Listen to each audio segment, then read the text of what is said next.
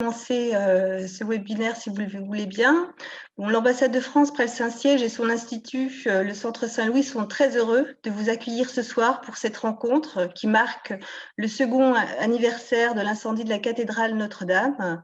Nous sommes très heureux de vous présenter cet événement conjointement avec l'établissement public chargé de la conservation et de la restauration de la cathédrale Notre-Dame. Il nous permet de réunir ce soir les principaux acteurs de ce chantier inédit et de cette aventure collective. Un mot d'ouverture prononcé par Madame l'ambassadrice de France près le Saint-Siège, Elisabeth Béton-Délègue, succédera une intervention du général Jean-Louis Georgelin qui nous fait l'honneur d'être parmi nous. Pour le présenter succinctement, dire que le général Georgelin a accompli toute sa carrière dans l'armée de terre jusqu'à recevoir les 3 postes les plus importants qu'un militaire français puisse occuper, chef de l'état-major particulier du président de la République, puis chef d'état-major des armées et enfin grand chancelier de l'ordre de la Légion d'honneur jusqu'en 2016. Le 16 avril 2018, au lendemain de l'incendie de Notre-Dame de Paris, il a été appelé par le président de la République, Emmanuel Macron, à piloter la restauration de la cathédrale. Il a ainsi pris en décembre 2019 la tête de l'établissement public créé à cet effet. Madame Elisabeth Béton-Délègue, qui a initié l'idée de cette rencontre, je vous donne la parole. C'est à vous. Merci beaucoup. Bonsoir à tous et à toutes. Je suis très heureuse ce soir d'ouvrir ce webinaire. Il y a 2 ans, ce 15 avril, c'était très exactement la veille de ma prise de fonction ici au Saint-Siège. Notre-Dame brûlait et nous nous sommes tous sentis un peu orphelins, celui qui croyait au ciel et celui qui n'y croyait pas. Nous Français, nous Européens, mais aussi des citoyens du monde, comme en témoigne le formidable élan de générosité qui permet que Notre-Dame se relève. Je me souviens au concert de soutien des pieux établissements donné dans l'église Saint-Louis des Français d'une mendiante qui est venue déposer dans la corbeille le produit de sa collecte du jour, 24 €. Aujourd'hui, Notre-Dame renoue avec la grande aventure collective qui a marqué sa construction qui s'est étendue sur 2 siècles, dans un chantier exceptionnel où l'intelligence humaine, les savoir-faire et l'expérience sont à l'œuvre et la recherche et l'innovation mises au service de sa réhabilitation. Je cède bien volontiers la place aux protagonistes de cette aventure pour vous présenter ce chantier du siècle qui illustre à mon sens parfaitement une phrase de l'encyclique du pape François, Fratelli Tutti, l'espérance est audace. Général, je vous passe la parole. Madame l'ambassadrice, pardon, vous passez la parole au début de ce webinaire. Nous sommes dans des mots extrêmement modernes. Merci, Madame la présidente, la directrice du Centre Saint-Louis, c'est bien ça? Je vais en présenter, mais vous savez, je ne suis qu'un modeste ouvrier, sans tous les gens qui m'entourent et sans Philippe Villeneuve, l'architecte en chef des monuments historiques, qui est à la tête de l'équipe des architectes qui reconstruit cette cathédrale, je ne suis évidemment rien. Alors, vous l'avez dit, Madame l'ambassadrice, vous avez dit que vous avez pris, si j'ai bien écouté, vos fonctions 2 jours après l'incendie, c'est bien ça? Le lendemain. Le lendemain, pardon, et j'ai mal écouté. Le lendemain, et dans cette nuit du 15 au 16 avril 2019, il s'est vraiment passé quelque chose d'extraordinaire. Non seulement, évidemment, la cathédrale, non, la cathédrale n'a pas brûlé d'ailleurs. La flèche a brûlé, la charpente a brûlé, la couverture du grand corps a brûlé, mais la cathédrale est, Dieu merci, restée debout, mais on a bien cru qu'elle ne le resterait pas. Et c'est dans cette nuit-là que finalement est née cette idée de mettre en place une structure un peu particulière pour conduire le chantier. Alors vous l'appelez le chantier du siècle, je crois qu'il y a beaucoup de choses qu'on appelle le chantier du siècle. On ne sait pas d'ailleurs si c'est le chantier du 20e ou du 21e. Si c'est du 21e, il nous reste encore plus de 80 ans pour trouver d'autres chantiers du siècle. En tout cas, c'est une immense aventure qui s'est ouverte ce soir-là. Et la France et les Français ont redécouvert, c'est indiscutable, indéniable, indéracinable, la place extraordinaire que tenait Notre-Dame de Paris au cœur de notre nation. Alors, pour reprendre l'expression bien connue, ceux qui croyaient au ciel comme ceux qui n'y croyaient pas, tout le monde s'est rendu compte que quelque chose se passait d'extraordinaire. 2 articles sont parus le lendemain dans le Figaro où les auteurs expliquaient qu'on a vu l'âme de la France remonter. Ses racines chrétiennes s'est réimposées à nouveau et quelque chose vraiment d'assez indicible fait qu'on a vécu un moment vraiment extraordinaire et cet intérêt pour ce chantier n'est absolument pas retombé. Nous venons, non pas de célébrer, parce que le mot n'est pas heureux, mais en tout cas de marquer le 2e anniversaire de ce triste événement quand même, parce que c'est quand même assez triste de voir cette cathédrale brûlée. Le président de la République lui-même a passé plus de 2 heures à la cathédrale, s'entretenant avec les compagnons et tous les acteurs de la cathédrale. On voit bien que l'émotion de ce 15 avril 2019 est toujours là. Et comme je le dis souvent, si le château de Versailles avait brûlé, je crois qu'on n'aurait pas eu la même émotion.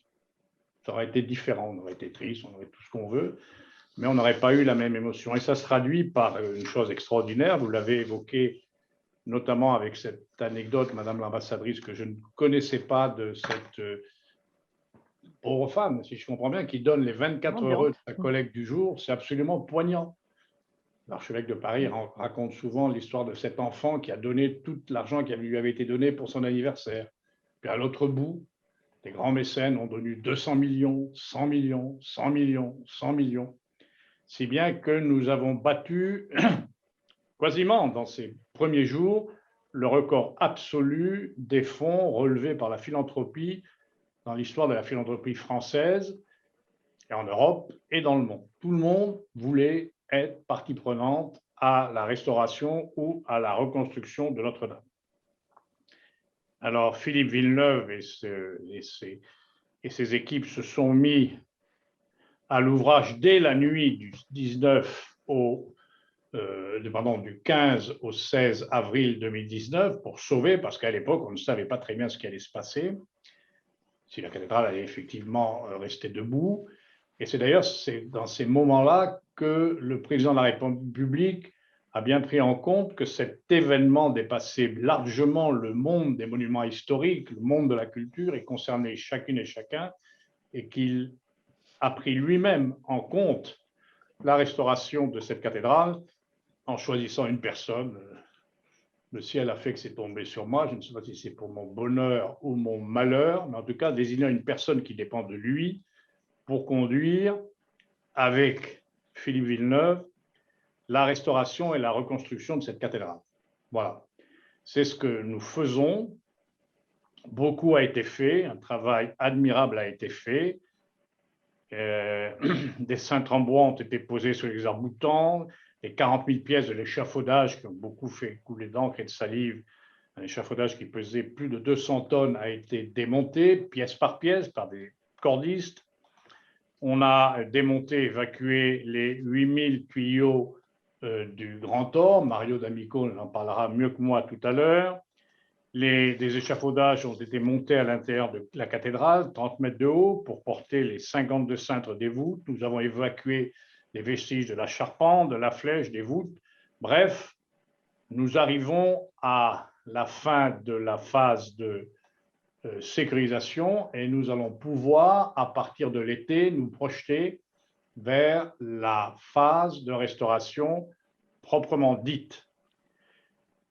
L'année dernière, il y a une date extrêmement importante qu'il faut avoir présente à l'esprit, c'est le 9 juillet 2020.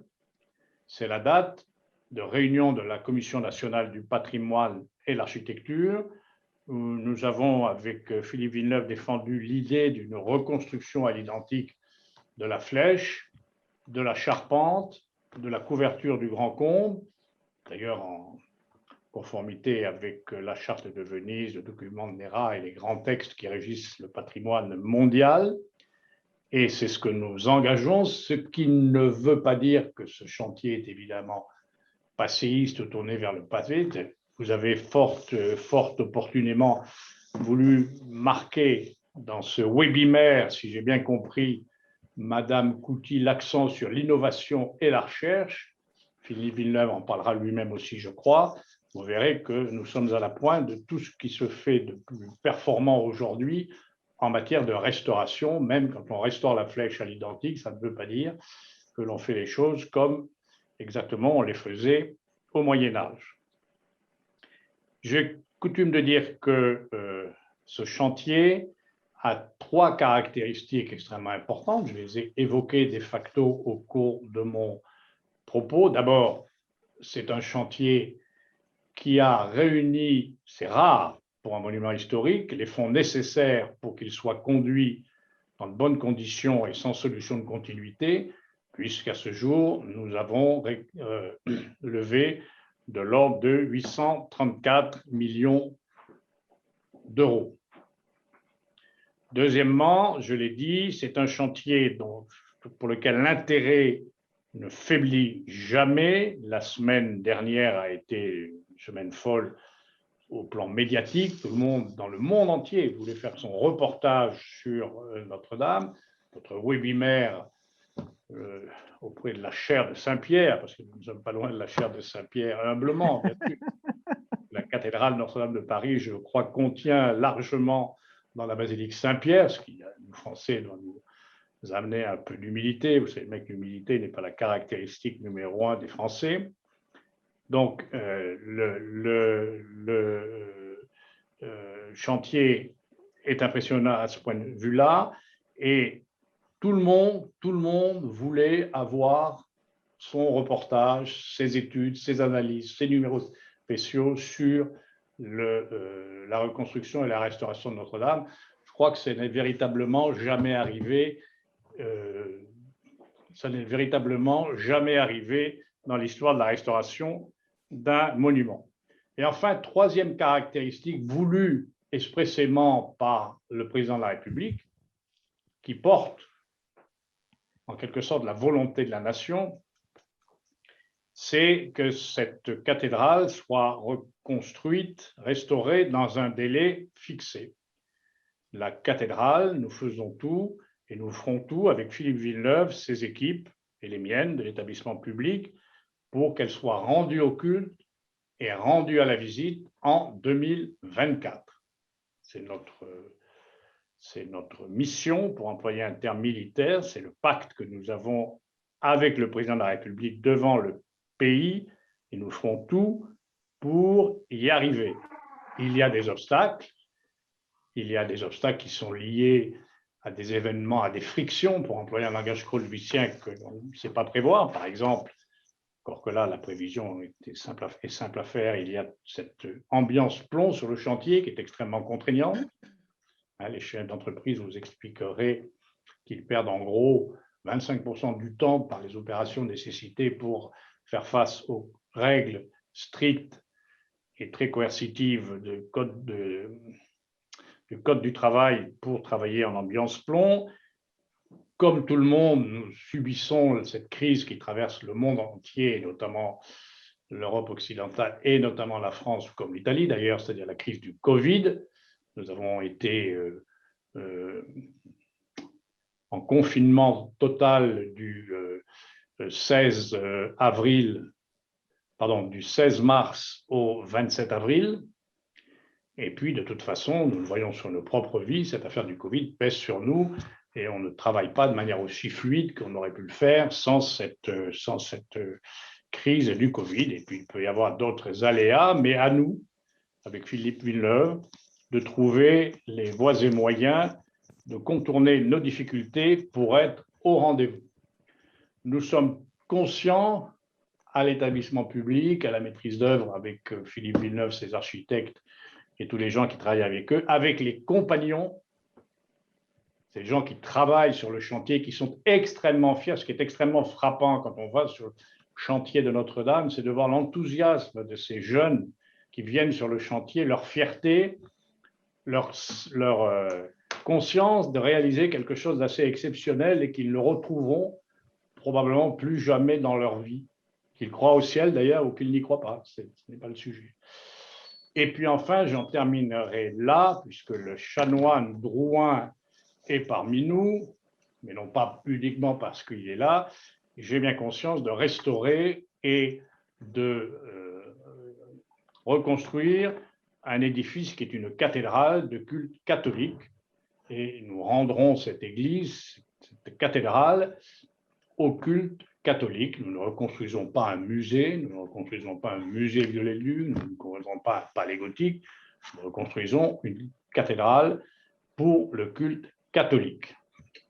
Voilà, Madame l'ambassadrice, quelques propos à l'aube de ce webinaire. Merci beaucoup, Général, pour ce paysage global et, comme vous le rappelez, une aventure collective. Et donc, nous allons maintenant entrer dans la discussion. Donc, le modérateur est Monseigneur Patrick Valdrini, qui est professeur émérite de l'Université pontificale du Latran et le recteur émérite de l'Institut catholique de Paris. C'est un grand ami du Centre Saint-Louis qu'il a dirigé dans le passé. Il est familier des lieux emblématiques et chargé d'histoire, puisqu'il est à Rome le chanoine de la basilique du Latran, cathédrale de l'évêque de Rome et donc du pape, et dont le président de la République française est aussi le chanoine, premier et unique chanoine. Donc, Monseigneur, vous avez la parole et merci encore à tous les participants à ce webinaire et merci à vous, Madame l'ambassadrice, merci Général pour cette introduction. Vous avez la parole. Merci Fabienne, merci Madame l'ambassadrice et merci Général Georgelin pour le point que vous avez fait de ce chantier, s'il n'est pas du siècle, il est au moins, disons-le, exceptionnel. Et avec un peu de prétention, mais beaucoup d'affection, il est aussi le nôtre.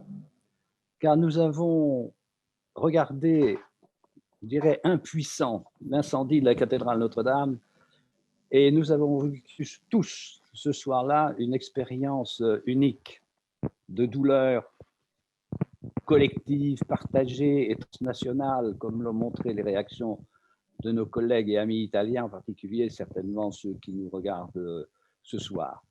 Et avec ce chantier, nous vivons encore une expérience collective de restauration, de réélévation, si j'ose dire, du monument.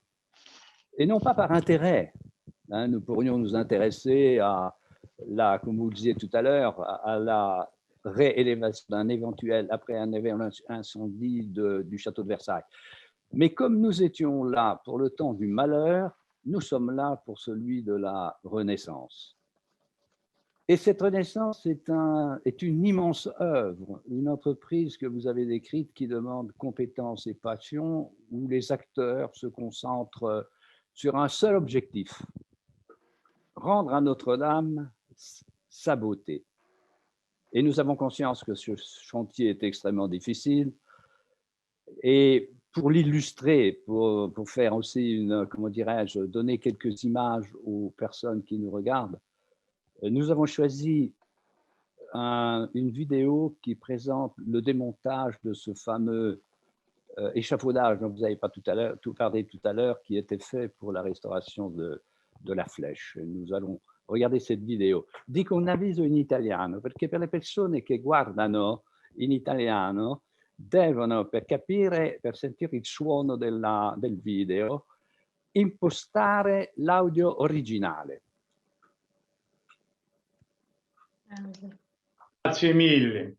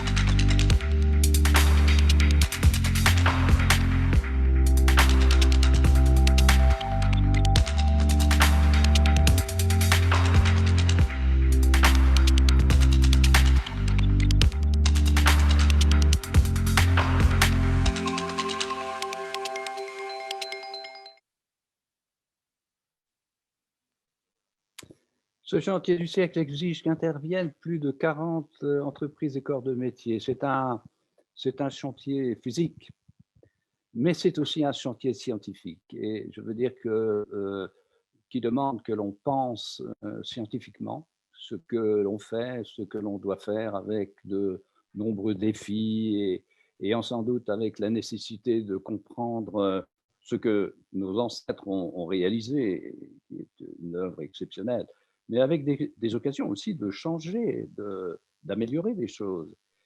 Et plus que jamais, l'œuvre de raison est nécessaire pour servir la passion de reconstruire qui anime de nombreux acteurs qui s'affairent sur ce chantier. Et le but de cette table ronde est celui-ci, de répondre à quelques questions que nous avons posées à nos 5 interlocuteurs et que nous allons recevoir les uns après les autres. Comment affrontent-ils les défis de la restauration de Notre-Dame? Quelles occasions sont données et quelles leçons en tire-t-on? Alors, notre premier intervenant et invité est Jonathan Truyet. Bonjour Jonathan, si nous le voyons arriver. Voilà, bonjour Jonathan. Bonjour. Vous êtes directeur adjoint des opérations de l'établissement public, chargé de la restauration de Notre-Dame. Et nous souhaitons faire le point sur ce chantier scientifique, sur la recherche scientifique qu'a entraîné le chantier de Notre-Dame, qui semble un des points les plus significatifs, les plus importants qui sont mis en avant dans les discussions que nous avons. Il semble qu'il y ait un effort sans précédent pour préserver, mieux connaître la cathédrale et préparer sa restauration. Qu'en pensez-vous? En effet, on a constaté dès le lendemain de l'incendie une mobilisation inédite des acteurs de la recherche autour du patrimoine de cette cathédrale pour aider à préparer la reconstruction. Il s'agit au départ d'initiatives spontanées d'archéologues, de spécialistes des matériaux du patrimoine, d'informaticiens. Et devant cet élan spontané, le ministère de la Culture s'est associé au Centre national de la recherche scientifique pour mettre en place un chantier scientifique. Et il s'agit, pour les monuments historiques, d'un exemple sans précédent en France. Pour la première fois, suite à une catastrophe d'une telle ampleur, des acteurs de la recherche décident de travailler ensemble et de conjuguer leurs efforts. Ce chantier, il est constitué de 8 groupes thématiques qui sont les suivants. Un chantier autour du numérique, un chantier autour des structures, de l'examen des structures de la cathédrale, un autre autour des charpentes, un autre autour du métal, et enfin d'autres qui travaillent sur la pierre, le verre, l'acoustique, et également ce qu'on a appelé les émotions patrimoniales, c'est-à-dire la manière dont le public en fait vivait et percevait la cathédrale avant et après l'incendie. En tout, c'est plus d'une centaine de personnes, spécialistes de différents domaines, français et étrangers, qui agissent donc depuis 2 ans dans ces groupes de travail. Des volontaires ou des personnes que vous avez choisies?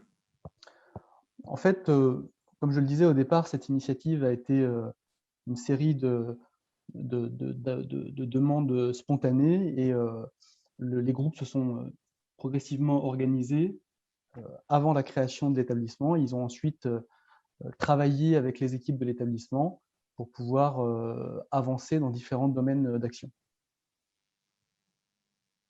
Mais cette recherche, parce que vous savez, lorsqu'on parle de recherche, on pense toujours au temps qu'il faut, parce que les chercheurs dans les universités, les chercheurs dans les laboratoires, sauf en temps Covid où il a fallu aller très vite pour trouver des vaccins, il faut du temps. Mais on a l'impression que cette recherche dont vous parlez s'est faite dans l'urgence. Ainsi, par exemple, l'étude des vestiges. Est-ce qu'on pourrait appeler une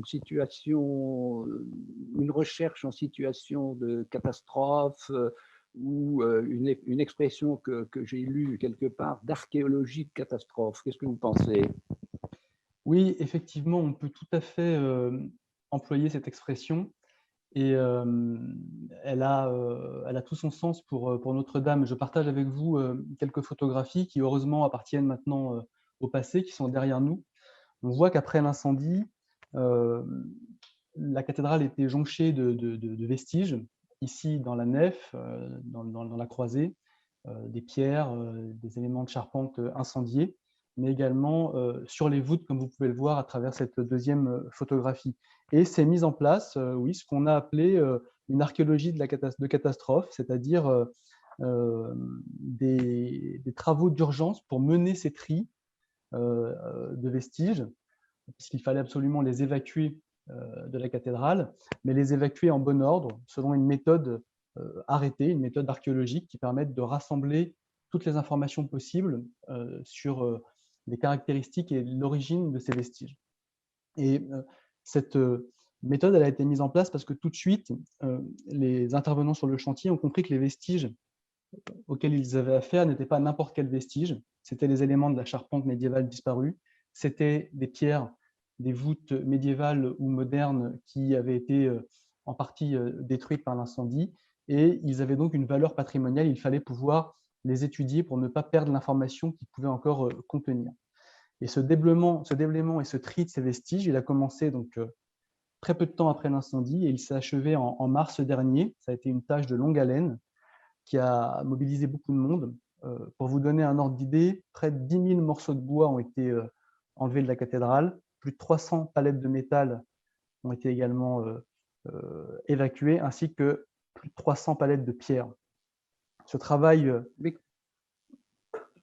Oui. Et concrètement, où ces choses se mettent, se font, se stockent 100 personnes qui travaillent sur cela, c'est énorme. Est-ce que vous avez dû construire un endroit où vous avez rassemblé les choses, les trier, etc. Alors, tous les chercheurs mobilisés autour du chantier scientifique ne travaillaient pas sur les vestiges, hein, un certain nombre seulement, et une petite équipe notamment soudée qui a travaillé au tri, hein, ça a été le cas d'agents du ministère de la Culture, du laboratoire de recherche des monuments historiques, de la direction régionale des affaires culturelles, et ce travail a été mené grâce à des structures qui ont été installées, des barnums installés sur le parvis dans lesquels on a pu stocker et faire un premier tri, et donc un premier travail d'évacuation. Et évidemment, ces travaux de tri nécessitent des efforts logistiques et l'établissement public a mis en place les moyens logistiques pour faire en sorte justement que ces tris se passent en bon ordre et dans de bonnes conditions. J'ajoute qu'une partie de ces vestiges, une grande partie d'entre eux, ont été évacués dans un centre d'études et de stockage que l'établissement public a mis en place en région parisienne afin justement de pouvoir faciliter la poursuite des travaux d'études et d'inventaire de ces vestiges dans de bonnes conditions pour tous les scientifiques qui seront intéressés par ces sujets. Alors, j'imagine que cette recherche qui est faite sur les éléments, on va dire, on ne peut pas dire débris, c'est un mot qui est un peu péjoratif, mais enfin, tous les éléments qui sont sortis, c'est une recherche qui doit être, qu'on pourrait appeler appliquée, non, parce que elle a un but qui est de favoriser la restauration. Je veux dire, ce n'est pas une recherche, comme nous disons par exemple dans les universités, faisons une distinction entre la recherche fondamentale et la recherche appliquée. Je pense que les deux vont de pair d'ailleurs, mais dans votre cas, c'est surtout une recherche appliquée. Alors, il y a une dimension de recherche fondamentale qui va prendre du temps, qui va s'inscrire dans une temporalité longue, et qui sera menée donc, par les universités. Mais c'est vrai que ce qui nous intéresse le plus, ce qui intéresse le plus l'établissement et la maîtrise d'œuvre dans un premier temps, c'est la recherche appliquée. Et à ce propos, on pourrait citer l'exemple des recherches appliquées menées sur les pierres, puisque les maçonneries de la cathédrale ont souffert de l'incendie. Les voûtes, les murs, les pignons ont été altérés par le feu, ce qui nécessitera de remplacer ou de consolider un nombre important de pierres. Et pour ce faire, il est important d'identifier les bonnes pierres, de qualifier donc la nature des pierres à remplacer ou à consolider. Et un travail de recherche appliquée a été mené à la fois pour compléter l'état sanitaire qui pouvait être réalisé déjà par des architectes en chef, Ça a été le cas grâce à des analyses par relevé radar des voûtes à travers un petit robot radar que vous voyez ici qui se déplaçait sur les voûtes, puisque les voûtes, pendant les premiers mois après l'incendie, étaient inaccessibles par des hommes. Donc, ce relevé radar mené par un laboratoire privé a permis d'apporter des compléments utiles à la maîtrise d'œuvre pour affiner ces diagnostics. De même, un travail a été mené par le Bureau de la recherche géologique et minière en partenariat avec l'établissement public pour identifier les pierres de remplacement, tandis que dans le même temps, une approche pour vérifier que les pierres tombées au sol pouvaient être remployées a été réalisée par des archéologues et des chercheurs de l'université, comme vous pouvez le voir à travers ces illustrations, puisque ici vous voyez une phase de numérisation par plusieurs appareils photographiques montés en réseau d'un claveau tombé au sol, et l'étape suivante qui consiste à expérimenter le remontage à blanc, si je puis dire, de ces différents éléments d'un arc de la nef pour vérifier si ils sont réutilisables dans le projet de restauration. Voilà quelques exemples qui permettent d'illustrer la recherche appliquée sur le chantier de Notre-Dame. Merci, Jonathan. Mais il y a aussi une question qui me vient parce que, à l'esprit, parce que tout ceci, évidemment, est en vue de la restauration. Mais est-ce que cette recherche qui est, comme vous l'avez dit, sans précédent, parce qu'elle a mobilisé énormément de personnes, permet au fond une meilleure connaissance de la cathédrale? Nous la connaissions bien, mais en même temps, c'est une occasion, je dirais, malheureuse et malheureusement, de mieux connaître la cathédrale, je pense. Alors effectivement, c'est une occasion malheureuse, mais une réelle occasion, puisque Notre-Dame est un monument iconique, mais qui a encore beaucoup à nous apprendre sur son histoire. Et les recherches menées sur le monument, sur ses matériaux, à travers cette étude par exemple des claveaux, nous apprend déjà beaucoup de choses. Beaucoup reste encore à faire, mais par exemple, à l'occasion des premiers nettoyages des murs intérieurs, on a pu découvrir des traces de peinture murale qui n'étaient pas connues et qui sont en cours d'analyse justement par différents laboratoires, comme le laboratoire de recherche des monuments historiques. De la même manière, l'analyse précise des voûtes, et Philippe Villeneuve pourra en parler également beaucoup mieux que moi, a montré à quel point la structure même des voûtes pouvait être très différente dans les différentes parties de l'édifice, que ce soit par exemple dans le chœur où les voûtes sont d'une très faible épaisseur, tandis qu'elles sont plus épaisses du côté de la nef, ce qui nous permet de bien comprendre que le chantier de Notre-Dame a été en fait, dès sa phase de construction initiale, un chantier expérimental permanent, ce qui est particulièrement intéressant pour mieux comprendre l'importance de ce monument. Merci beaucoup, Jonathan. Je vous en prie. Trouillet.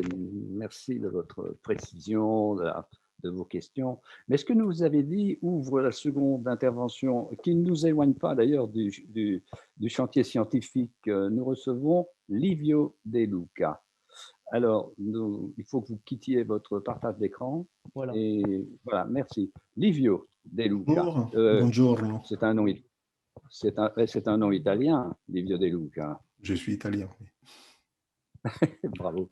Je le dis pour nos auditeurs italiens, mais nous allons vous forcer à parler français et vous interpréter en italien. Livio De Luca, vous êtes coordinateur du groupe de travail dont le titre est « Données numériques » du chantier scientifique du CNRS. Le CNRS correspond au CNR italien, n'est-ce pas, et du ministère de la Culture. Donc ça, c'est un groupe données numériques qui a été créé pour la restauration de Notre-Dame, donc qui n'existait pas auparavant.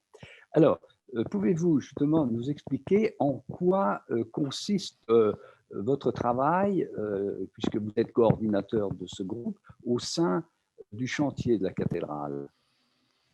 Alors, tout d'abord, le groupe de travail que je coordonne s'intéresse bien sûr aux thématiques relatives à la restauration de la cathédrale, mais également à la production de nouvelles connaissances scientifiques sur la cathédrale. pour reprendre l'expression qui a été utilisée par Jonathan Truyet tout à l'heure, on s'intéresse à la fois à la recherche appliquée, mais également à l'accompagnement de la production des données et d'informations pour la recherche fondamentale. Et on peut dire que le numérique, la dimension numérique, est celle qui associe assez facilement les aspects physiques, mais également les aspects immatériels, les aspects conceptuels d'une production scientifique, permet clairement d'expliciter ces liens intimes que nous essayons d'établir entre les connaissances scientifiques, entre les procédures rigoureuses de collecte d'informations, d'intégration, de vérification d'informations fragmentaires et la restitution d'un état des connaissances que, bien sûr, est très utile pour les chantiers de restauration. Donc, c'est en fait, on a l'impression, quand vous dites cela, qu'il y a deux finalités qui sont, comme tout à l'heure chez Jonathan, nous parlions de la recherche qui peut être fondamentale et la recherche appliquée. Vous avez au fond comme but de collationner un peu des connaissances grâce au numérique, si j'ai bien compris, et en même temps d'avoir une portée pratique pour la restauration. C'est bien le cas. Dans la mesure où, déjà pour le chantier de restauration, il y avait au début de cette aventure collective une exigence fondamentale qui était celle de restituer, reconstituer, réanalyser l'état des connaissances sur la cathédrale avant l'incendie. Et là, il est évident que les compétences qu'on a pu mobiliser en matière de métrologie, par exemple, ou en matière de base de données, des systèmes d'information, ont été fondamentales pour arriver à réunir toutes les données qui racontaient, qui pouvaient témoigner de l'état de la cathédrale avant incendie. Et ceci, bien entendu, concerne les parties qui ont été détruites par l'incendie et que nous avons pu reconstruire, restituer, notamment à partir de l'analyse et de la mise en correspondance de milliers de ressources numériques. Je tiens tout d'abord à souligner que ce projet démarre par un apport que le numérique a donné à la cathédrale Notre-Dame, même avant l'incendie. Il y a eu plusieurs relevés laser tridimensionnels qui ont été réalisés, notamment je tiens à rappeler celui du professeur Andrew Talon, qui a fourni une information essentielle sur la géométrie des charpentes, en partie, et surtout des voûtes. Et ces ressources, nous avons tout de suite pu les réintégrer avec des informations relatives à l'état des conservations actuelles. Alors, les images que vous voyez à l'écran illustrent très bien le travail que nous essayons de mener au sein de ce groupe scientifique. Il s'agit de réunir les informations qui existaient sur l'état des charpentes. Ici, vous voyez par exemple les relevés qui avaient été réalisés par Rémi Fromont et Cédric Trantessot, qui est probablement la ressource fondamentale pour la restitution de charpente. Mais ces informations, comme toutes les informations relatives à un état qui est disparu, sont toujours fragmentaires, sont toujours à compléter, sont toujours à vérifier, non pas seulement avec d'autres ressources qui peuvent être de relevés topographiques ou des milliers de photographies que nous avons pu réunir, mais également avec des observations de l'état actuel des restes, donc des observations et tous les vestiges qui sont analysés. Et ce que vous voyez à l'écran, au final, n'est qu'une restitution, une synthèse de l'état des connaissances qui ont été produites par rigueur scientifique sur la forme, la structure, également sur toutes les informations qui ne proviennent pas seulement de la métrologie, et toutes les informations qui proviennent des études scientifiques qui sont menées par des archéologues, par des historiens. Et là, on comprend bien à quel point c'est cette synthèse qui est donnée à voir par la restitution numérique, en réalité intègre ces connaissances et peut évoluer au fur et à mesure que les connaissances évoluent. Et bien entendu, ces genres de produits ou de résultats est au service des architectes en chef des monuments historiques, et notamment c'est dans ces dialogues continus que nous essayons de servir le chantier de restauration. Et alors, sur le chantier proprement, quelle est votre fonction concrète? Puisque là, c'est une recherche qui a une cohérence, hein, je dirais, qui est absolument extraordinaire, je dirais, fascinante. Et sur le chantier, concrètement, comment vous avez vos connaissances, ces connaissances, grâce aux données numériques, servent pour le chantier? Alors bon, bien entendu, moi je n'ai fait que coordonner. Il s'agit d'un travail d'équipe qui mobilise des experts hein, dans différents domaines. Et il y a un aspect notamment qui relève de l'innovation et de l'expérimentation qui concerne l'acquisition des nouvelles données sur les sites. Par exemple, Jonathan Trouillet a parlé de problématiques liées au suivi des opérations de récupération des vestiges.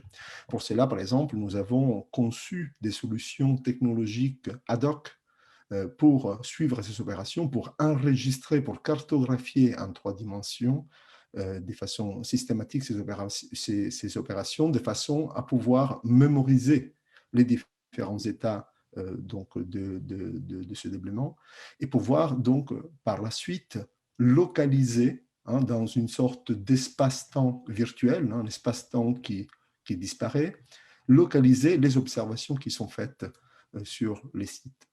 Alors pour cela, on a conçu, on a développé, on a déployé sur les sites de robots, hein, donc des systèmes d'acquisition automatique, à la fois pour analyser l'état des voûtes, notamment pour fournir à la maîtrise d'œuvre des comparaisons fines sur la géométrie des voûtes avant et après incendie, mais également pour pouvoir suivre l'évolution d'éventuelles déformations. Et parallèlement, nous avons produit ces solutions pour fournir de la matière sur laquelle les archéologues et d'autres groupes de travail du chantier scientifique vont travailler dans les futurs, notamment par rapport à la localisation spatiale des vestiges qui sont inventorisés aujourd'hui et qui sont étudiés demain. Donc l'idée est celle de mémoriser un état de la cathédrale dans un instant T de son histoire, notamment pendant le chantier de restauration, de façon à pouvoir presque retourner sur cette scène virtuellement et donc recoller ces pièces d'un énorme puzzle composé de ces milliers de fragments, des fragments que doivent parler et doivent donner des informations sur les matériaux ou sur des techniques de construction. Et en deux mots, est-ce qu'il y a en dehors du robot, est-ce qu'il y a des outils qui ont été créés, développés pour ce chantier en particulier, grâce à vous? Enfin, est-ce que vous vous êtes trouvé devant des défis qu'il fallait surmonter en créant des outils que les scientifiques n'avaient pas? Tout à fait. Donc, il y avait à la fois des défis relevant de l'automatisation de l'acquisition d'informations, donc qui relève des solutions matérielles, hein, donc du hardware. Ouais. Il y avait également un défi majeur qui était la mise à disposition des données collectées, des énormes quantités de données collectées aux multiples acteurs qui interviennent. Donc, oui. Typiquement, quand on parle, par exemple, de milliards de coordonnées 3D qui sont acquises et qui peuvent renseigner sur l'état de la cathédrale avant l'incendie, pendant les opérations de restauration, il faut imaginer que donner accès à ces informations aujourd'hui est un défi technologique. Donc, nous avons conçu et nous avons développé, en plus, poussé également par les contraintes que la crise sanitaire nous avait imposées à tous, des solutions qui permettent d'accéder à cette énorme quantité de données par des simples navigateurs web. Donc, c'est-à-dire par une simple connexion avec un ordinateur sur un navigateur web.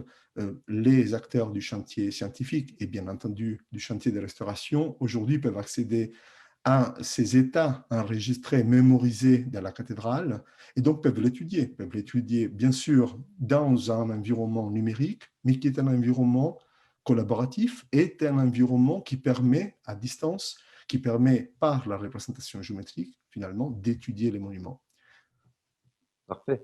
Et pour terminer, parce que malheureusement, ce dossier qui est magnifique, nous devons terminer. Je poserai bien la même question que celle posée à Jonathan Truyer.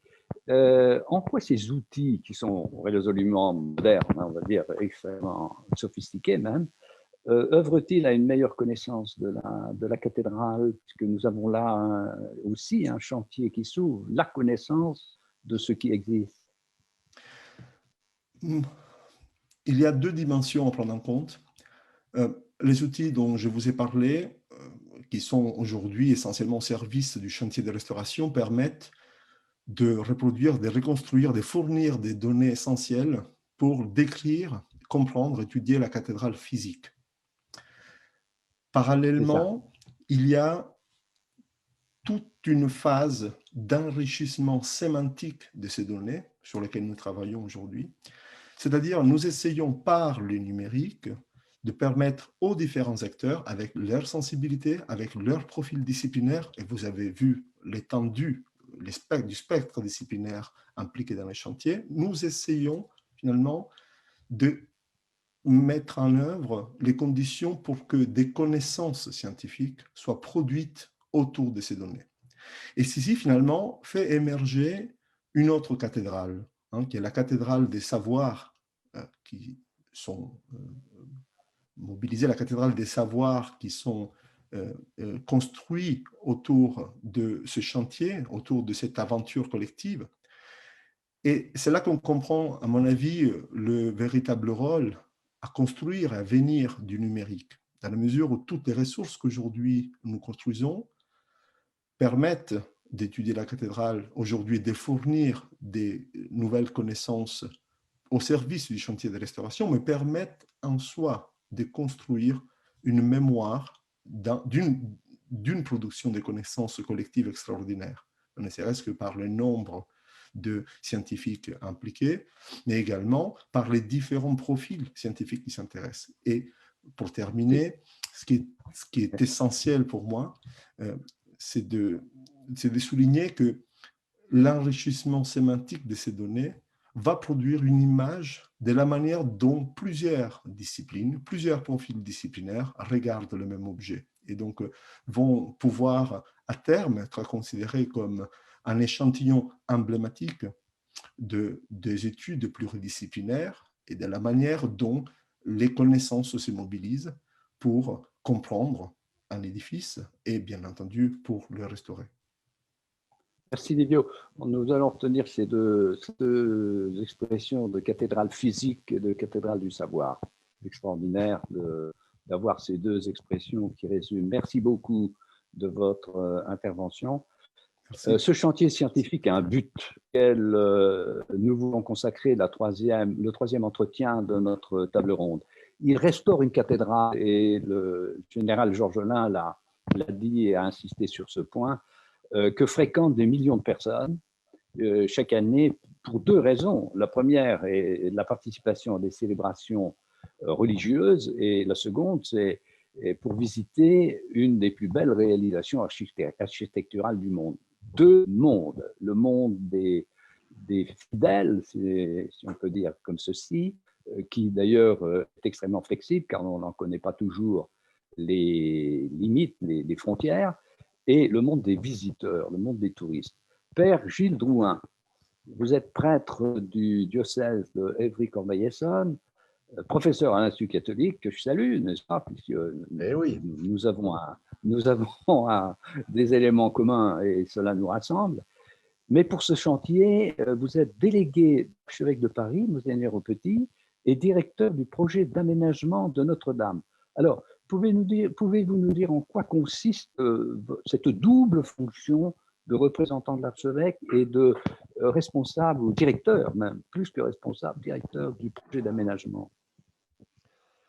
Oui, alors, vous l'avez dit, hein, Notre-Dame, voilà, c'est une cathédrale, le général l'a redit, etc. C'est la cathédrale du diocèse catholique de Paris. C'est un édifice insigne visité par de nombreuses personnes. Et c'est finalement, quand on regarde dans une ville comme Paris, mais c'est un des rares édifices anciens qui est encore utilisé pour ce pourquoi il a été construit. Et ça, il y a une permanence très forte. Et évidemment, c'est un peu, j'ai en quelque sorte, je ne suis pas le seul, hein, mais la responsabilité de garder justement le sens de ce pourquoi il a été construit, hein, avec d'autres. Et donc, quelques semaines après le drame, après l'incendie, l'archevêque de Paris m'a demandé, moi je suis un universitaire, un prêtre et un universitaire, hein, voilà, théologien, un peu spécialisé en liturgie, dans la relation entre liturgie et architecture, ça tombait bien, c'est pour ça, je pense qu'il a fait appel à moi. Eh bien, m'a demandé de réfléchir un peu au principe de restauration de la cathédrale. Ça a été un premier temps, hein. On a travaillé, on a mis en place un atelier, l'atelier Notre-Dame, avec à la fois des scientifiques et des pasteurs, cette double dimension. Et puis ensuite, eh bien, l'archevêque m'a demandé, avec une équipe également, de monter un projet de réaménagement liturgique de la cathédrale, hein, pour en dire quelques mots. Cathédrale, vous savez, elle a une longue histoire, elle a eu de nombreux aménagements liturgiques. Rien que depuis le Concile Vatican II et la réforme liturgique, on en était au 3e aménagement. On était à peu près stabilisé, hein. Voilà. Mais et on se trouvait finalement avec, dans ce drame dont on a parlé, avec une liberté que peu de nos prédécesseurs avaient eue, mais pas la liberté de faire n'importe quoi, une immense responsabilité, mais aussi la nécessité, peut-être, et ça a été la deuxième partie du travail, eh bien, de poser un peu un audit, de voir ce qui fonctionnait, surtout au plan symbolique. Moi, mon travail est surtout symbolique, pas simplement le sens est premier, hein, avant la question fonctionnelle, de ce qui fonctionnait moins. Donc, il y a eu ce travail d'audit et donc de proposition d'un projet. Et puis, alors là, depuis quelques mois, eh bien, là aussi, l'archevêque m'a demandé de conduire avec toute une équipe, hein, une équipe de plus en plus étoffée, hein, donc de conduire la mise en œuvre de ce projet. Alors voilà, en lien avec nos amis ici présents, avec Philippe Villeneuve, avec l'établissement public, etc., évidemment. Mais le diocèse de Paris est l'affectataire, hein, dans le langage juridique français, et donc évidemment la question de l'aménagement liturgique est fondamentale pour le diocèse de Paris. Et alors, voilà, vous avez parlé, j'allais tutoyer, parce que bon, vous avez parlé de principes, vous avez dit les principes. Alors justement, il serait intéressant si vous pouvez nous dire les principes qui inspirent votre réflexion. Je vous dis pourquoi. Parce que j'ai beaucoup fréquenté cet édifice, évidemment, comme étant à Paris pendant 22 ans. Et on était très frappés par la cohabitation de deux mondes. Mais la cathédrale a toujours conservé ce centre qui était dédié à la liturgie, contrairement à certaines, je pense à Tolède par exemple, où pour rentrer dans la partie religieuse, il faut passer sur le côté et le reste c'est un musée. Et alors, quels sont les grands principes qui vous inspirent? Alors, c'est vrai que ça a été un élément vraiment, quelque chose de très rapide, dont une prise de conscience rapide et d'à la fois structurant et de constant dans le projet qui était le nôtre, c'est eh bien, d'intégrer ces deux dimensions. Alors, vous parlez de dimension de visiteurs et de fidèles, si j'ose dire, de gens qui viennent, qui fréquentent la cathédrale essentiellement pour des raisons patrimoniales et d'autres pour des raisons liturgiques ou cultuelles. En réalité, c'est très mélangé, hein. Dans le chantier de recherche dont parlait Livio, il y a un groupe qui travaille justement sur des aspects sociologiques, les motivations de visite à Notre-Dame. On a été surpris, les motivations sont multiples. Donc, j'allais dire, pour nous, on accueille tout le monde depuis toujours, hein, c'est à la cathédrale de Paris. Alors, et ça, c'est fondamental. Et puisque vous parlez de principe, il y a un principe, ceux qui me connaissent m'entendent le dire presque comme un mantra, en disant que la cathédrale Notre-Dame est un édifice intégralement catholique, hein, il n'y a pas un centimètre carré qui ne soit pas catholique, mais donc ouverte à tous. Hein. C'est un paradoxe simplement apparent, puisqu'un des sens du mot catholique veut dire ouvert, hein, et ça c'est universel, ouvert. Mais ça c'est assez fondamental. Et c'est vrai que, reprenant d'ailleurs ce qui avait été fait par le cardinal Lustiger, l'auteur du dernier réaménagement important en 2004, eh bien, on n'a pas voulu séparer la zone, il y a une distinction, mais sans séparation, la fonction cultuelle ou la fonction de prière et la fonction de visite. Vous savez, vous citez Tolède, il y a beaucoup d'autres lieux et ça serait une tentation très forte. Il y a 12 millions de visiteurs, il y a des éléments extrêmement prégnants, mais de dire finalement on fait un beau petit espace de prière, j'allais dire un espace un peu résiduaire où les catholiques seraient bien entre soi, bien au calme, entre guillemets, et puis le reste, on le laisse à la visite. Eh bien, cette articulation, elle est pour nous structurante. Je veux pas, mais c'est très concret. Les chapelains nous disent que c'est pas simple, mais ils aimaient célébrer au grand autel et pas dans une chapelle, au milieu du peuple, puis on pourrait dire pour le peuple pour tous ces gens qui viennent, dont la grande majorité d'ailleurs sont de culture post-chrétienne ou de culture non chrétienne, de plus en plus d'asiatiques, par exemple. Donc ça, c'est quelque chose d'important. Voilà, un édifice religieux, liturgique, etc., ordonné à la liturgie, mais ouvert à tous. Alors, malgré tout, ça aboutit bien, à une articulation de deux grands espaces, on peut y revenir, dans un axe liturgique. La cathédrale, elle est axée, la structure est axiale, elle est orientée vers l'Orient, vers le soleil levant, c'est une profonde symbolique. Et puis, autour, bien, un espace qui est plutôt dédié donc à la visite, mais sans séparation, vous voyez. Il y a ces deux, donc, et on souhaite que ces deux espaces soient poreux l'un à l'autre, pas simplement une séparation stricte. Donc, ça veut donc dire que… Ouais, oui. Pardon, non, j'ai coupé la parole. Donc, ce principe a des conséquences très concrètes sur l'organisation, j'allais dire sur l'organisation spatiale de la cathédrale. Et un des points sur lequel on travaille également, alors c'est vrai que l'aménagement liturgique, justement, à travers ça, d'ailleurs, le titre officiel que m'a donné l'archevêque, ça n'a aucune importance, mais c'est délégué à l'aménagement liturgique et culturel. Parce qu'on travaille sur le rapport culte-culture qui est indissociable à Notre-Dame. Et j'y tiens un peu. Et on ne travaille pas simplement sur le plateau liturgique avec l'autel, mais on travaille sur l'intégralité de la cathédrale.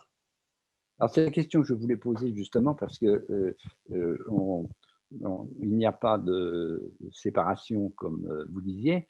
Donc, ça veut dire que vous avez la commission, j'imagine, c'est une commission que vous travaillez, vous avez fait un choix cultuel profond.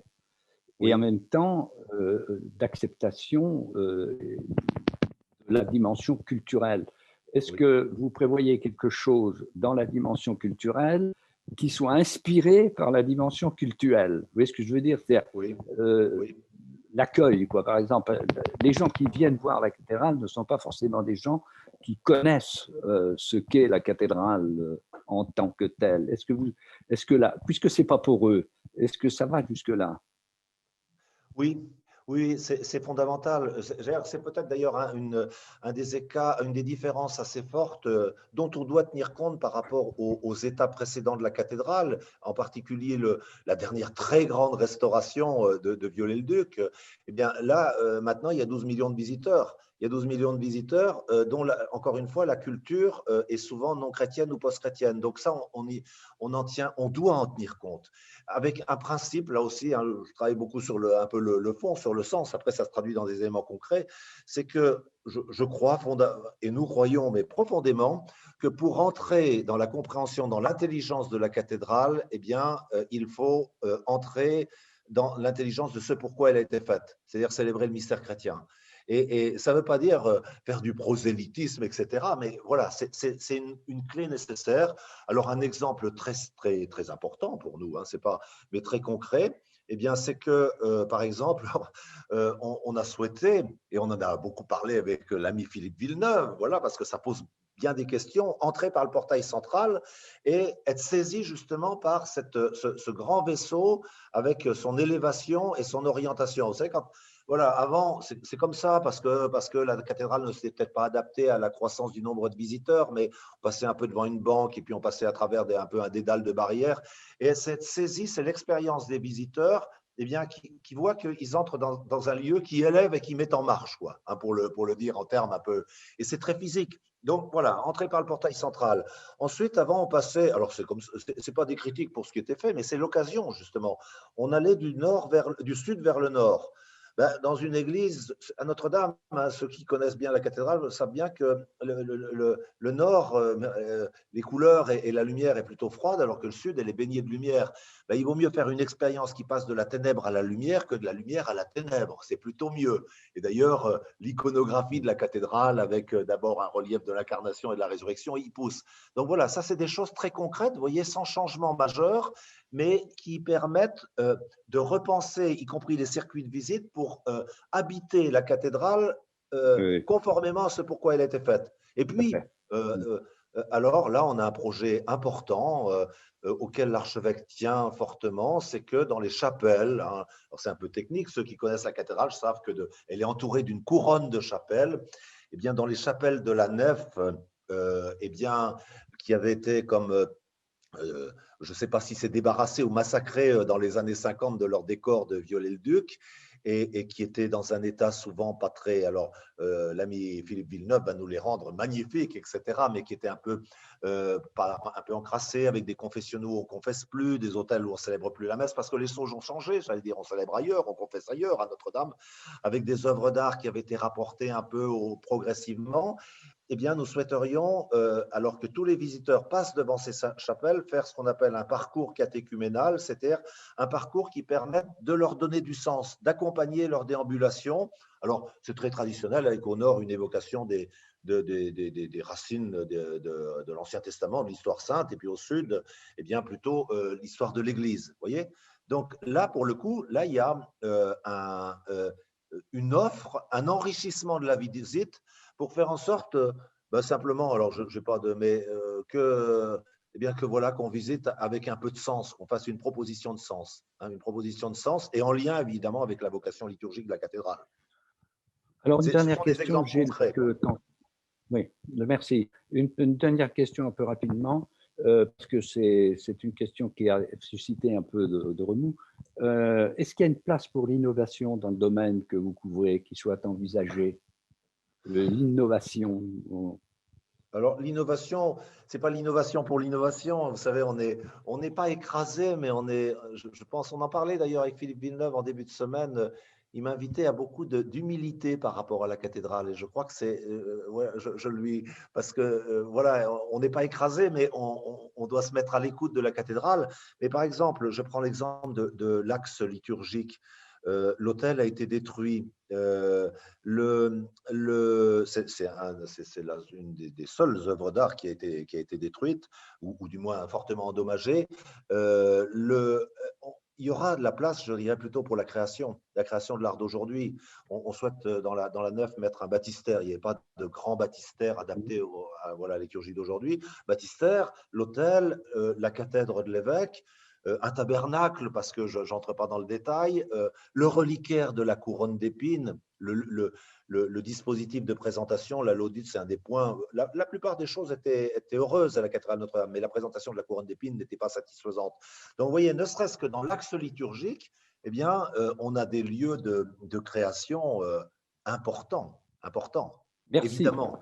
Et là, voilà, on souhaite continuer l'histoire. Vous savez, la cathédrale, elle s'est métamorphosée au cours du temps, tout en restant profondément fidèle au projet initial qui demeurait lisible. Eh bien, on s'inscrit dans cette longue tradition.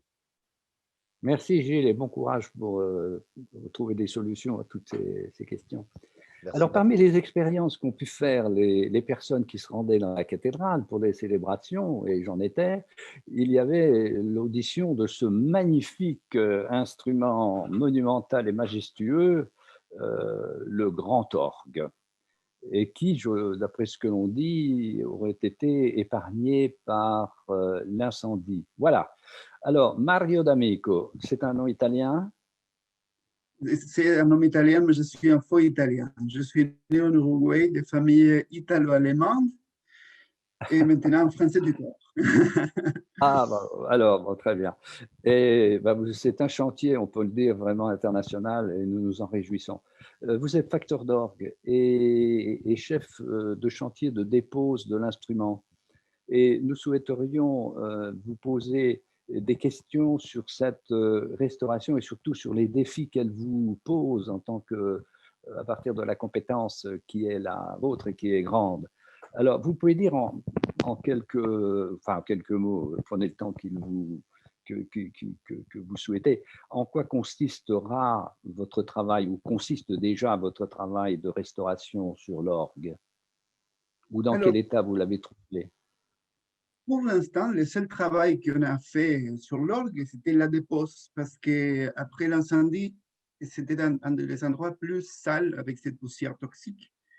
Et à toute vitesse, dans le timing possible d'un chantier colossal comme c'est ce chantier de Notre-Dame, on a fait la dépose de l'orgue et on a commencé un peu la décontamination pour pouvoir avancer avec le travail de manière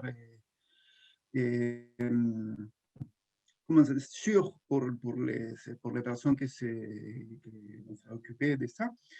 Et maintenant, l'orgue il est stocké et on souhaite le restaurer, mais naturellement, il y a un appel d'offres pour les entreprises qui veulent participer à cette restauration.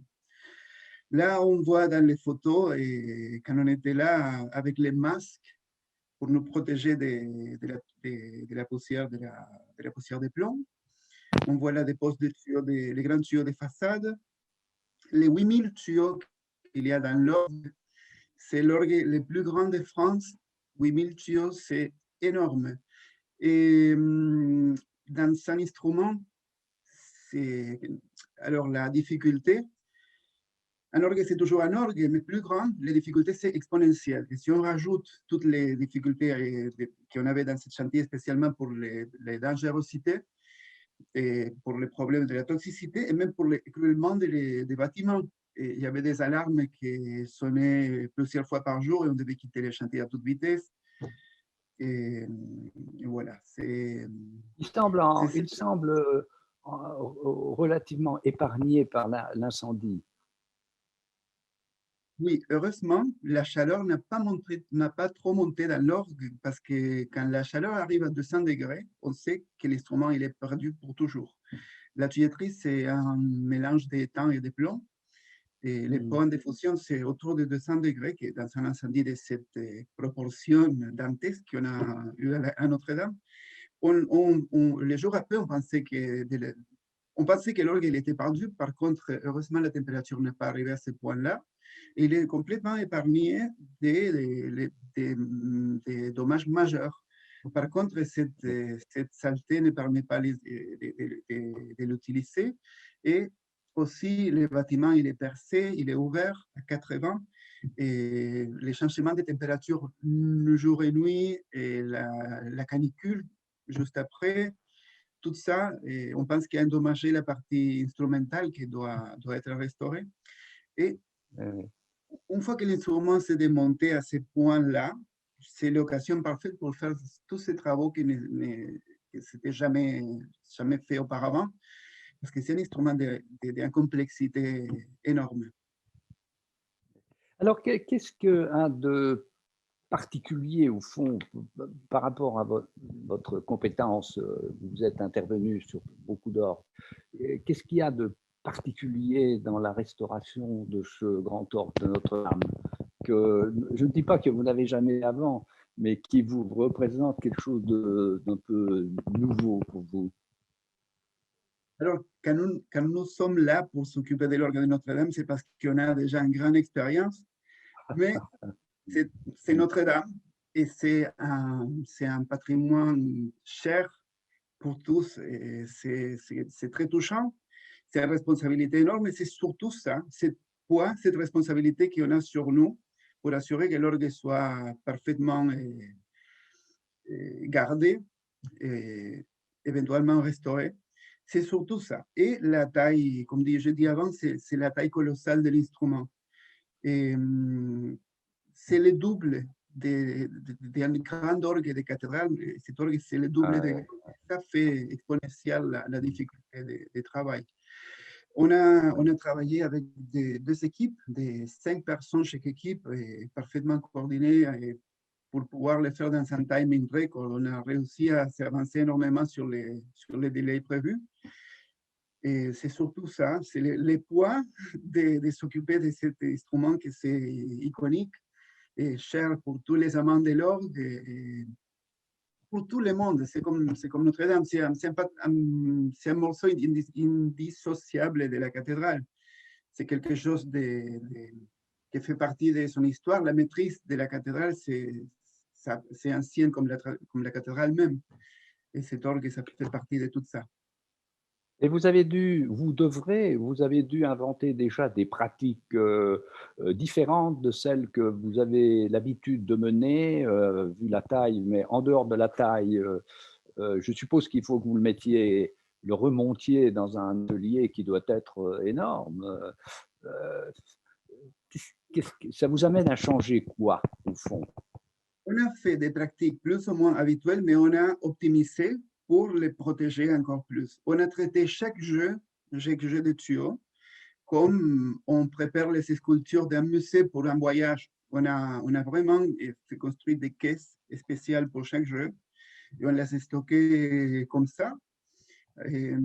Et on prévu l'instrument, il est tout stocké à la verticale parce que si on stocke toute la tuyauterie, c'est 8000 tuyaux, si on les garde de manière horizontale pour très longtemps, ça commence à se déformer et on risque de perdre les travaux d'harmonie. Les travaux d'harmonie, c'est les travaux artistiques qu'ont fait les facteurs d'orgue dans les tuyaux.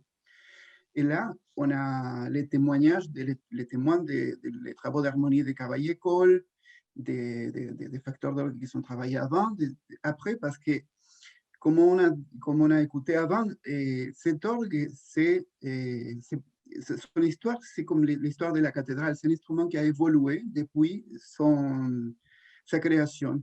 Le premier orgue de la tribune de Notre-Dame, la première documentation sur un orgue à la tribune, c'est 1403. Et jusqu'à aujourd'hui, on trouve des tuyaux de cet orgue à l'intérieur. Par contre, cet instrument a grandi et n'a jamais arrêté d'évoluer avec les nouvelles générations d'organistes et les nouveaux styles musicaux.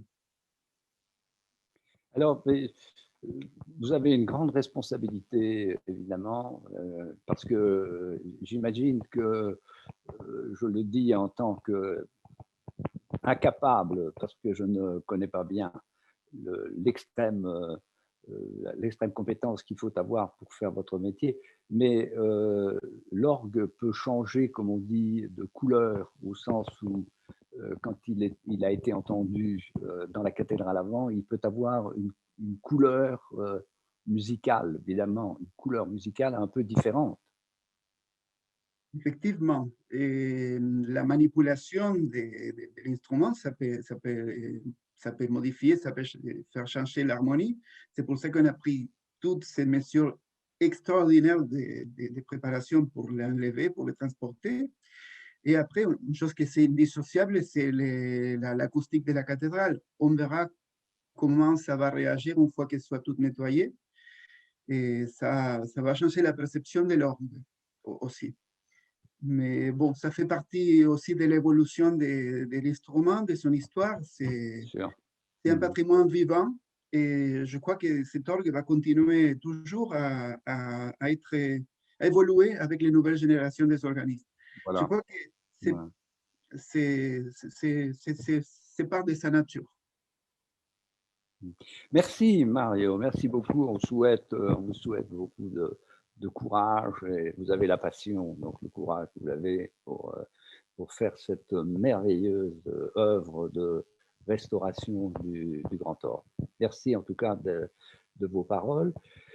Et pour terminer nos entretiens, le dernier, nous remercions évidemment très très vivement Monsieur Philippe Villeneuve, architecte en chef des monuments historiques, chargé de la cathédrale Notre-Dame. C'est un grand honneur pour nous que de vous accueillir dans cette table ronde et en honneur que vous ayez accepté notre invitation et surtout à la conclure.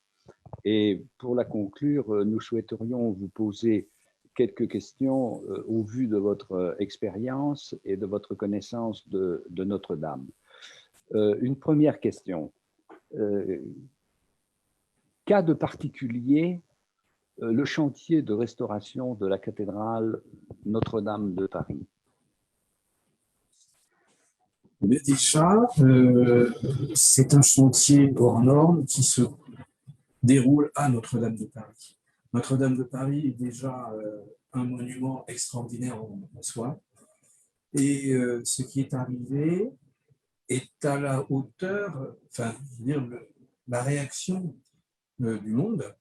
Et puis, ce qui se déroule sur le chantier depuis le 16 avril au matin est aussi à l'échelle de ce que peut susciter et apporter Notre-Dame.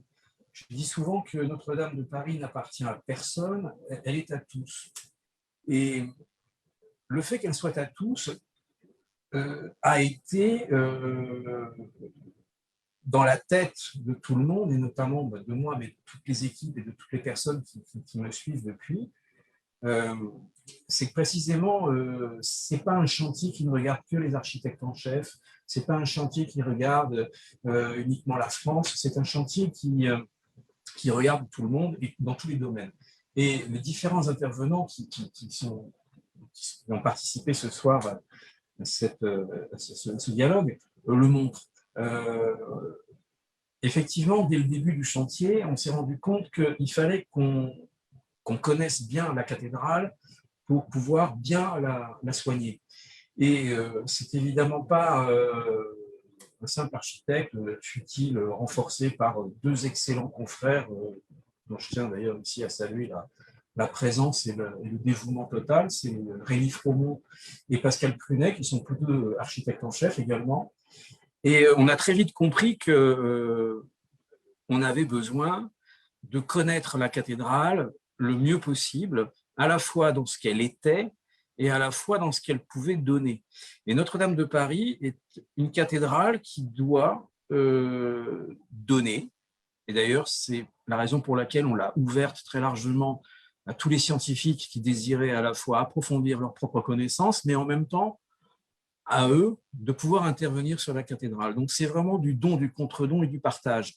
Et tous les chercheurs, tous les groupes scientifiques dont a parlé Jonathan Trullier tout à l'heure, effectivement, sont tous à un niveau d'intervention, sont tous essentiels. Ils résument absolument ce que l'on doit à la fois connaître de la cathédrale et ce que l'on doit pouvoir retrouver dans la cathédrale. On a une chance inouïe, c'est d'être à notre époque et de pouvoir bénéficier de techniques ultra contemporaines, ultra modernes. Livio nous en a fait la démonstration brillante tout à l'heure. Effectivement, grâce à toutes les connaissances acquises au préalable, toutes les connaissances qu'on a pu acquérir durant le chantier et que Livio, avec son équipe, a synthétisé, nous sommes finalement à la tête d'une énorme base de données, d'une énorme base de connaissances qui n'a pas fini encore d'être exploitée. Bien au-delà du chantier, lorsque la cathédrale sera rouverte au culte et au public, les chercheurs continueront de travailler. Et Notre-Dame livrera ainsi énormément de secrets, de connaissances. Il se trouve que à chaque chose, malheur est bon, si on peut dire.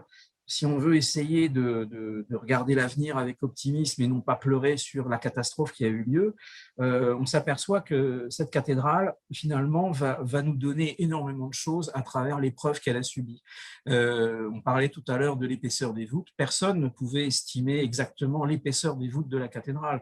Les effondrements dans les différentes zones nous ont permis de nous renseigner sur à la fois leur pose, leur taille, leur mise en œuvre et leur épaisseur. Tout ça, ça donne des informations qui permettent à la fois de renseigner l'histoire de la construction de la cathédrale, l'histoire de l'architecture gothique, et puis ça nous aide aussi pour la reconstruction. Et le projet que nous avons présenté avec l'établissement public, le général Georges Lin, moi-même et toutes les équipes, à la Commission nationale du patrimoine et de l'architecture, qui consistait effectivement à retrouver la cathédrale dans la splendeur qui était la sienne, dernier état connu, avec la flèche de Viollet-le-Duc, avec les voûtes gothiques, sexpartites, avec la toiture en plomb, les matériaux en bois. Tout cela n'aurait pas été possible si on n'avait pas eu derrière nous la force, le sérieux, la conviction justement de tous ces apports scientifiques. Et c'est là où Notre-Dame va ouvrir un chemin extrêmement vaste pour les futurs restaurateurs. On va pouvoir, d'une part, restaurer le plus scrupuleusement possible l'édifice, mieux que si on n'avait pas bénéficié de ces données scientifiques. Mais on va aussi, d'un point de vue doctrine, de la doctrine de la restauration des monuments historiques, dont on sait que la France et l'Italie aussi, et l'Angleterre également, ont une place très particulière. Justement, chacun de ces pays possède un patrimoine extraordinaire et l'a géré à sa manière, à partir d'époques différentes, selon les traumatismes qu'il y a pu y avoir. Et en France, c'est notamment la Révolution française qui a, on va dire, précipité la prise de conscience, une fois que les consciences se sont un petit peu apaisées, de ce qu'était le patrimoine, de ce qu'était la notion de mémoire et la notion de nation. Et on a comme ça créé, en France en tout cas, un corpus, des méthodes, des approches scientifiques, dont d'ailleurs Viollet-le-Duc était le fondateur, plus ou moins, que l'on a suivi beaucoup jusqu'à ces dernières années, que l'on écoute toujours, que l'on lit toujours, mais que l'on va prendre parfois en contre-exemple, mais que parfois on va au contraire suivre. Et Notre-Dame, avec cette manière de présenter ce projet de restauration, de restitution, de reconstruction, est tout à fait novateur. Parfois, on entend dire qu'on a utilisé du bois alors que ce n'est pas un matériau ultra moderne, on va utiliser le plomb alors que, soi-disant, c'est un poison, pourquoi garder cette forme de la flèche, pourquoi pas mettre autre chose? Effectivement, ce sont des questions parfaitement légitimes, des questions qui sont de notre temps, mais quand on les confronte avec les questions d'aujourd'hui, bien précises, d'écologie, de développement durable, etc., mais on s'aperçoit que notre projet est en fait éminemment moderne, tant dans la manière dont il a pu être conçu, grâce à l'apport de toutes ces recherches, ces scientifiques qui travaillent et qui développent des techniques extraordinaires, tout en apportant une comparaison avec les doctrines appliquées pour d'autres restaurations et d'autres monuments qui eux-mêmes avaient été blessés et détruits. Je pense par exemple à la cathédrale de Reims, dont on a beaucoup parlé à cause de sa charpente en béton, et donc, ou de la cathédrale de Chartres, qui elle également a subi un incendie. Mais là, on s'aperçoit que le matériau que l'on a proposé est un matériau qui répond aux problèmes du carbone, au développement durable. Un arbre, ça s'abat, mais ça repousse. Donc, vous voyez, tous ces éléments-là contribuent à faire que finalement, ce chantier va être éminemment moderne et va ouvrir des perspectives immenses. Cela donne l'impression, qui vous écoute, que cet incendie, qui a été évidemment très malheureux, évidemment, mais sera un événement qui changera d'une certaine manière la manière dont on restaurera des monuments historiques. Oui, complètement, oui. En fait, c'est tous ces apports qui nourrissent le projet, et pas seulement le projet, mais qui vont nourrir le chantier, ce sont des choses complètement, on va dire, vous savez, quand on restaure un monument, un architecte est placé devant une œuvre qui n'est pas la sienne. Donc déjà, le père Drouin faisait allusion à ça, on a eu une discussion extrêmement intéressante et chaleureuse, justement, où je disais qu'il fallait vraiment travailler avec une modestie immense à Notre-Dame, mais pas seulement. Quand on travaille sur un monument historique, il faut travailler avec du recul. Et même si les délais sont des délais qui peuvent paraître un peu fous, même si le contexte est quand même un contexte de traumatisme, on s'aperçoit qu'on arrive à travailler de manière sereine et très dynamique. Et je vais peut-être utiliser un mot qui va un peu détonner par rapport à ça, mais presque euphorique. Et le général Georges Lain, tout à l'heure, faisait allusion effectivement à l'engagement de tous les compagnons qui travaillent tous les jours sur cette cathédrale. Ils sont jeunes, ils sont pleins d'allant, mais ils ont surtout conscience de participer à une œuvre éminemment collective, mais pas au sens où on fait un groupe et on travaille ensemble, non, collective au sens de patrimoine mondial de l'humanité. Et donc, ça aussi, c'est quelque chose de terriblement émouvant. Je sais que je regarde toujours ces compagnons avec une infinie tendresse et une infinie reconnaissance, parce que Sans eux, on n'aurait pas pu déblayer les différents vestiges, on n'aurait pas pu avoir le courage d'aller comment dire, consolider les voûtes, d'aller prendre des risques, d'aller placer les cintres. Tous ces travaux-là sont une œuvre de modestie, de gens modestes. Et ça, c'est une bonne leçon, c'est une belle leçon. Et je pense que Notre-Dame, là aussi, apporte quelque chose de beau, tout simplement. Bravo, c'est une très belle conclusion. Je voudrais une dernière question un peu rapidement, car nous arrivons à la fin. Vous avez évoqué divers pays qui sont intéressés. L'émotion, justement, a été, comme je l'ai dit, dans l'introduction transnationale, internationale, etc. Votre travail d'architecte, vous le sentez aussi, regardez, observez, comment dire, vous partagez avec des collègues d'autres pays. D'ailleurs, l'équipe que nous avons entendue aujourd'hui est déjà internationale. Et vous avez l'impression de faire une œuvre française ou une œuvre qui dépasse les frontières? Non, et voyez, même dans notre équipe, on n'a pas cité, mais nous avons le plaisir d'avoir Carlo Blasi, qui est un ingénieur italien, qui a travaillé donc en Italie sur le dôme de Florence, par exemple, mais qui a aussi travaillé en France sur le dôme du Panthéon.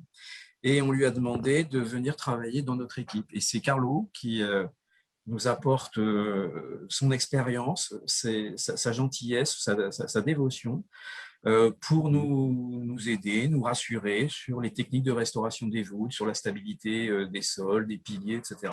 Donc effectivement, vous voyez, on a également encore un Européen, on va dire, qui est venu nous rejoindre. Quant à l'idée d'être regardé, bon, on a des sollicitations, effectivement, parfois sur des colloques. J'ai eu l'occasion de m'exprimer dans un colloque à Bâle qui réunissait les architectes des grandes cathédrales, mais plutôt de l'Allemagne et des pays de l'Est. Mais y participait également un confrère architecte en chef en charge de la cathédrale de Strasbourg. Et c'est vrai que ces échanges-là sont enrichissants également parce que en dehors du côté compassionnel, de soutien que j'ai pu ressentir, il y avait également une très forte curiosité de leur part, mais également de ma part, de voir comment eux abordent des restaurations qui sont parfois très, très complexes. Alors moi, évidemment, j'ai ce terrible poids de m'occuper d'une cathédrale que je chéris de tout mon être et traumatisé. Donc, je ne me sens pas seul. Et c'est quelque chose d'encourageant. Je suis très bien accompagné. Et pour faire plaisir au général Georges Lin, mais c'est sincère, je suis bien content de pouvoir avoir à mes côtés le général qui a, je crois pas, je le sais, la même passion que moi pour cette cathédrale, la même envie que moi d'entendre résonner à nouveau les orgues sous les voûtes. Et je crois que c'est très rassurant de savoir qu'à la tête de ce chantier, que ce soit dans la maîtrise d'œuvre ou que ce soit dans la maîtrise d'ouvrage, vous avez des gens qui sont ardemment passionnés et qui donnent tout ce qu'ils peuvent pour rendre Notre-Dame au monde. Donc, c'est une terrible, mais très belle épopée. J'aime pas dire aventure parce que c'est un côté, on ne sait pas où on va. Là, on sait où on va, on sait comment y aller. Il faut simplement qu'on puisse avoir toujours cette, on va dire, cette grande dynamique parce que pour la réouverture, en tout cas, nous n'avons plus que 3 ans. En tout cas, merci. Vraiment, nous avons senti ce soir dans les interventions cette passion, enfin, comment dire, cet enthousiasme qui est plus que de la passion, enfin qui accompagne la passion, enthousiasme pour une œuvre qui semble dépasser tout le monde et qui, vu la compétence des personnes, est servie par je dirais, une passion, par une grande raison Vous travaillez bien et nous en sommes très fiers. Et je terminerai certainement par ce mot de fierté. Nous sommes très fiers de vous et nous vous le disons et nous vous encourageons à continuer. Nous sommes à vos côtés. Voilà. Et bien maintenant, merci. je rends la parole Au nom à de tout le Fabienne. monde. Je rends la parole à Fabienne, qui doit réapparaître, j'espère. Et merci surtout à tous nos orateurs. C'était vraiment, vous nous avez offert des échanges tout à fait intéressants. Comme le dit Philippe Villeneuve, la cathédrale Notre-Dame est à tous et vous montrez avec quelle passion vous portez ce chantier. On a envie de vous souhaiter vraiment le meilleur pour la suite, car vous êtes effectivement devant un défi de taille. Mais bon, on a compris que la compétence, le génie et la passion vous accompagnent. Donc, merci encore de nous avoir fait partager cette passion. Pour ceux qui veulent aller plus loin, vous voyez sur l'écran les sites des uns et des autres sur lesquels vous pouvez revenir. Vous pouvez également, si vous le souhaitez, revoir cette conférence sur notre site internet, sur notre chaîne YouTube et sur Facebook à l'adresse Institut français Centre Saint-Louis. Et nous vous remercions encore. Nous vous donnerons d'ailleurs un autre rendez-vous, ce sera le 3 mai. Alors ça, c'est pour un autre anniversaire, c'est le bicentenaire de la mort de Napoléon. Continuez à nous suivre. Et encore une fois, merci Monseigneur pour la modération formidable et merci, vraiment merci à tous nos invités. Merci à la Fabrique Notre-Dame et à l'établissement public sans qui nous n'aurions pas pu réunir autant de personnes talentueuses. Et encore une fois, à une prochaine pour d'autres événements. Merci, vous avez été très nombreux. Bonsoir à tous.